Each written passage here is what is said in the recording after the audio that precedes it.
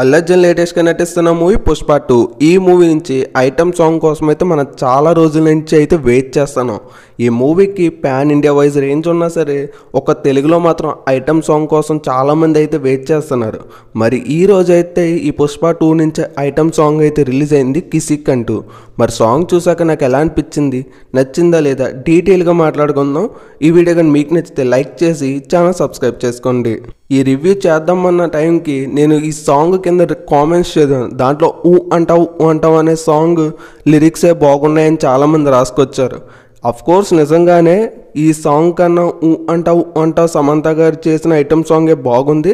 దాని లిరిక్స్ కూడా వింటానే చాలా బాగుంది.